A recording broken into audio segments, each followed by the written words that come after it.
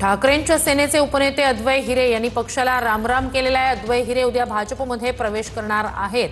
अद्वै हिरे यांच्या पक्षप्रवेशामुळे नाशिकमधली समीकरणं बदलण्याची शक्यता आहे। अपूर्व हिरे, प्रसाद हिरे, तुषार शिवाळे हे देखील भाजपमध्ये प्रवेश करणार आहेत।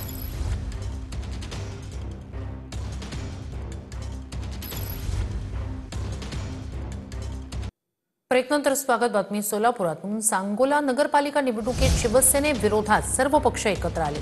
शिवसेनेविरोधात भाजप, शेकाप, काँग्रेस, राष्ट्रवादी आणि ठाकरेंची शिवसेना एकत्र आले आहेत। शिवसेनेविरोधात सर्व पक्ष एकत्र आल्यानं माजी आमदार शहाजी बापू पाटील हे भाजपवर संतापलेत।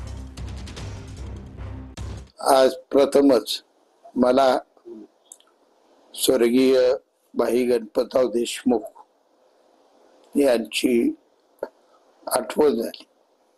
एखाद्या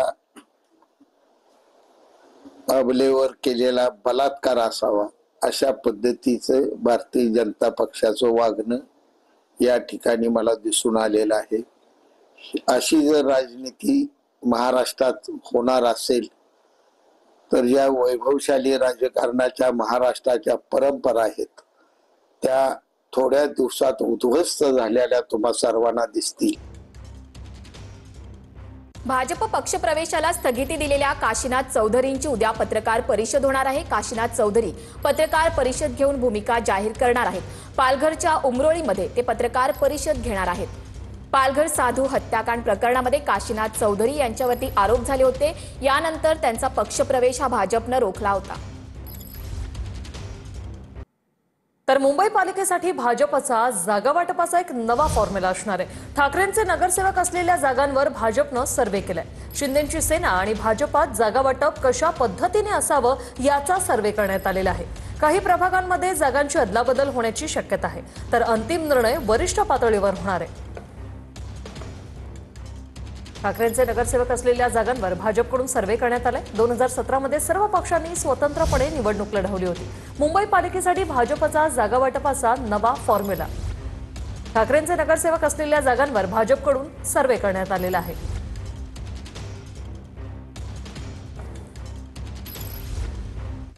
ठाकरेंच्या सेनेचे उपनेते अद्वै हिरेंनी पक्षाला रामराम केलाय। अद्वै हिरे उद्या भाजपमध्ये प्रवेश करणार आहेत। अद्वै हिरेंनीच ही माहिती दिलेली आहे। अद्वै हिरेंच्या पक्षप्रवेशाने नाशिकमधील समीकरण आता बदलण्याची शक्यता आहे।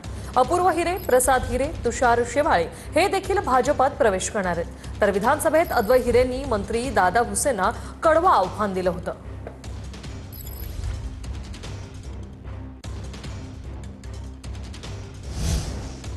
सुनील तटकरे यांनी माझ्या समोर बसून विकास कामांवर चर्चा करावी। मंत्री भरत गोगावले यांनी खासदार सुनील तटकरे यांना हे आव्हान दिले। महाडमध्ये मला कुठेच विकास कामं दिसली नाहीत असं वक्तव्य तटकरेंनी केलं होतं। महाड कुठे नेऊन ठेवलं असा सवाल सुनील तटकरेंकडून उपस्थित करण्यात आला होता।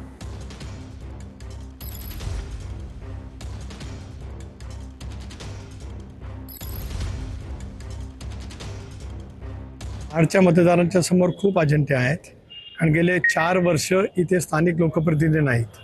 अशा वेळेला जे म्हटलं गेलंय, मी अनेकांचं वक्तव्य ऐकतो की महाड शहरामध्ये काही 1000 कोटी रुपयाचा निधी आणला।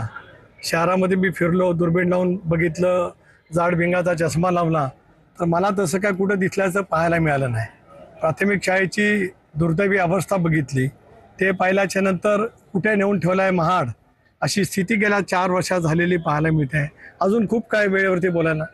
दूध का दूध, पाणी का पाणी एकदा होऊन जाऊ द्या। त्यांना सांगा, जर हिम्मत असेल तर एकदा बसा बरे आमच्या या मैफिलमध्ये, मग प्रश्न उत्तर होऊन जाऊ द्या की भरत शेठला उगाच 4 वेळेला निवडून दिलं का या जनतेने। आणि आम्ही सांगितलेलं आहे ना, जर आम्ही खरोखर महाड शहरामध्ये काही विकास कामे केली असतील तर जनता आम्हाला अशी सत्ता देईल। आरोग्य खात्यातील भ्रष्टाचाराचा पैसा निवडणुकीत वापरला असा आरोप काँग्रेस नेते सतेज पाटलांनी केलाय।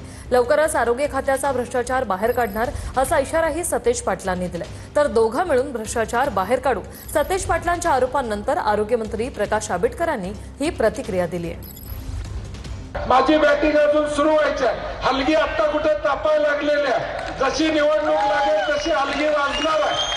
त्यावेळी निश्चितपणे हे सगळ्यांचा समाचार उद्याच्या भविष्यकाळात आपण निश्चितपणे घेऊया की कशा पद्धतीने भ्रष्टाचाराचा पैसा पैसा या वॉर्डामध्ये यायला लागलेला आहे, याचा सगळी कागदे मी तुम्हाला उद्याच्या भविष्य काळात देणार. त्यांच्याकडनं मीच समजून घेईन नेमके भ्रष्टाचार काय काय झाले ते, आणि दोघं मिळून आम्ही बाहेर काढू, काय बिघडणार नाही.